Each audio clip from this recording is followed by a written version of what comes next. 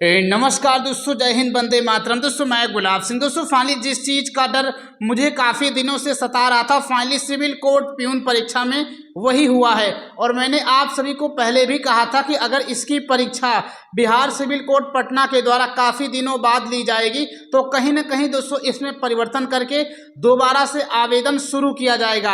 अब दोस्तों ये बात जो है सामने निकल के आ रही है।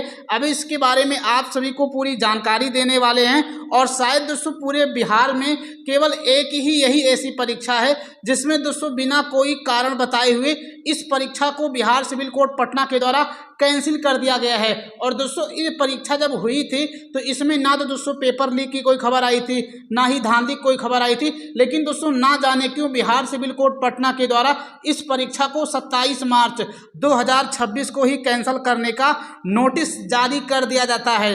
और यहाँ पर दोस्तों जब ये न्यूज़पेपर के माध्यम से इसमें ये बताया गया था कि इस परीक्षा में अनियमितता हुई थी, लेकिन ऑफिशियल नोटिफिकेशन में इसके बारे में कोई जानकारी नहीं दी गई थी। दोस्तों इस वीडियो के माध्यम से आप सभी को जानकारी ये देने वाले हैं विज्ञापन में क्या क्या बदलाव होगा, और इसके अलावा दोबारा से आवेदन चालू होगा या नहीं होगा, और आप लोगों की परीक्षा अब कब तक जा सकती है, क्योंकि जो बात मैंने पहले बोली थी वही अब इसमें होता दिख रहा है। और इसके अलावा सिविल कोर्ट प्यून को लेकर आपके मन में भी कोई भी डाउट हो, कोई भी संशय हो तो आप लोग कमेंट के माध्यम से पूछ सकते हैं। हम आपके हर एक कमेंट का अच्छे तरीके से रिप्लाई करेंगे, तो कमेंट जरूर कर लें। दोस्तों वीडियो में आगे बढ़ते हैं, लेकिन उससे पहले अगर आप लोग हमारे इस चैनल पे नए हैं, चैनल को सब्सक्राइब करके नोटिफिकेशन बेल ऑन जरूर कर लें, क्योंकि हमारे इस चैनल के माध्यम से आप सभी को आने वाले समय में Bihar civil court peon exam को लेकर कभी कोई नोटिस जारी होगा या कोई भी ऑफिशियल सूचना होगी, मेरे इसी चैनल के माध्यम से आप सभी को तुरंत और सबसे पहले जानकारी के माध्यम से बताया जाएगा। तो इसके लिए इस चैनल को सब्सक्राइब करके नोटिफिकेशन बेल ऑन जरूर कर लें। अब चलते हैं आप सभी को सारी जानकारी वन बाय वन करके अच्छे तरीके से बताते हैं। दोस्तों पहले वीडियो में आप लोग यहाँ पर एक चीज़ ये देख लीजिए। दोस्तों न्यूज़पेपर में जो कोर्ट वगैरह में बहाली होती है और उसमें किस तरीके का दोस्तों धांधली वगैरह होता है, ये किसी से छुपा हुआ नहीं है, आप लोग भी जानते हैं। और यहाँ पर दोस्तों न्यूज़पेपर में देखेंगे, ये बिहार की ही न्यूज़ है।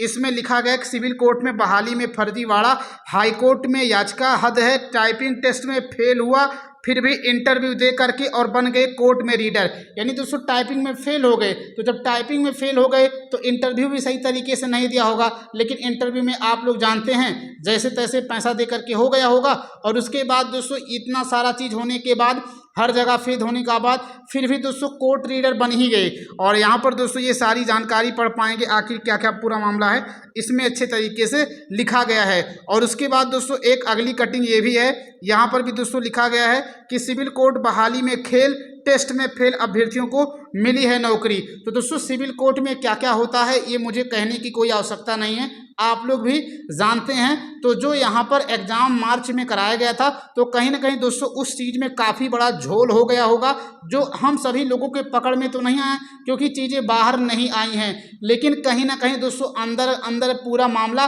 लीक हो गया होगा।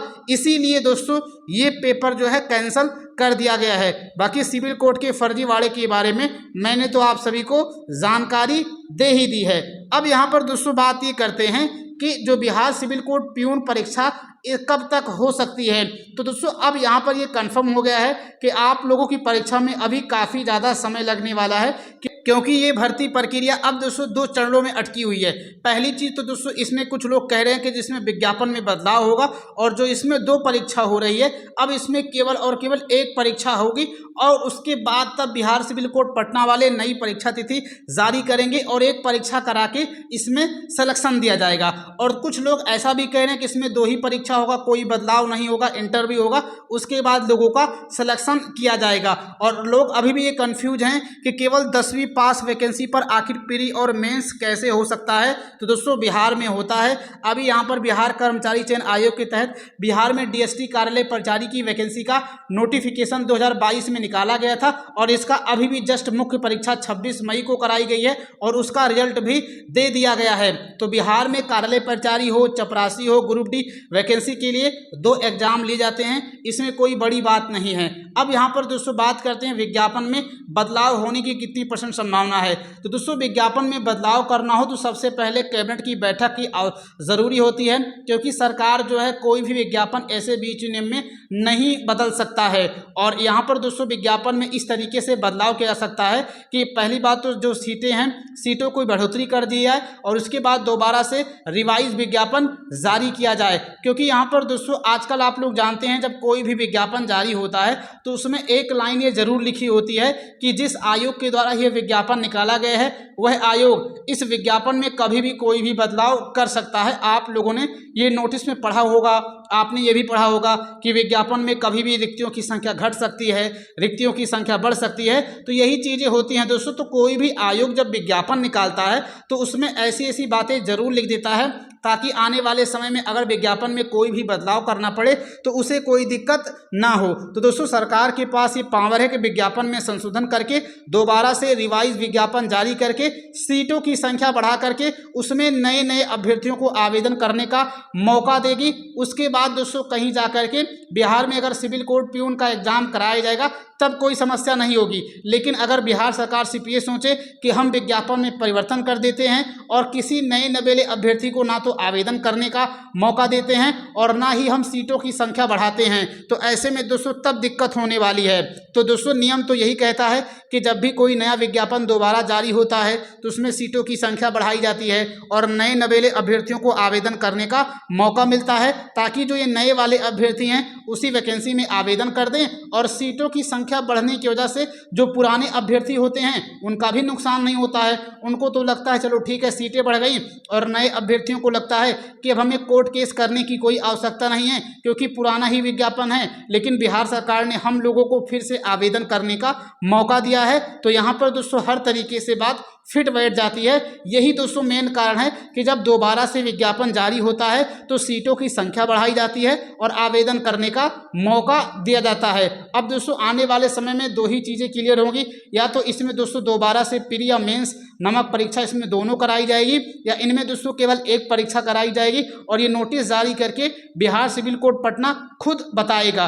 और मैंने आप सभी को पहले ही जानकारी दी थी कि इसकी परीक्षा जो है लेट होने वाली है और फाइनली वही चीज़ हो भी रहा है। ना तो जुलाई में आप लोग की परीक्षा होगी और ना ही 20 अगस्त तक आप लोग की परीक्षा अब हो पाएगी। ये बात संभव है क्योंकि अभी भी दोस्तों सिविल कोर्ट प्यून एग्जाम को लेकर वैसे ऑफिशियल आमतौर पे कोई भी समाचार नहीं है। तो आप लोग निश्चिंत रहें और अपनी तैयारी जो है 20 अगस्त 2026 के बाद करें, क्योंकि इसके बाद आप लोग की परीक्षा कभी भी हो सकती है अगर विज्ञापन में कोई भी परिवर्तन नहीं किया जाता है। लेकिन अगर आपके विज्ञापन में एक छोटा सा भी परिवर्तन किया गया तो कहीं ना कहीं फिर आप लोग की परीक्षा जो है नवंबर-दिसंबर में चली जाएगी। तो दोस्तों यहाँ पर मैंने आप सभी को इन चीज़ों के बारे में पूरी जानकारी बता दी है। और इस चीज़ को लेकर काफ़ी सारा कमेंट आ रहा था कि बिहार में civil court peon exam date के बारे में जानकारी दीजिए, आखिर भर्ती प्रक्रिया कहाँ तक पहुँची और अब तक क्या कुछ सूचना है। तो यहाँ पर मैंने आप सभी को इसके बारे में बता दिया है।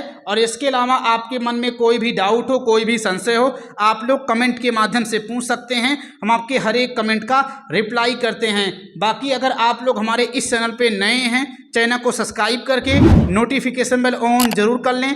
मिलते हैं फिर किसी नए वीडियो में। जय हिंद, जय भारत, जय बिहार।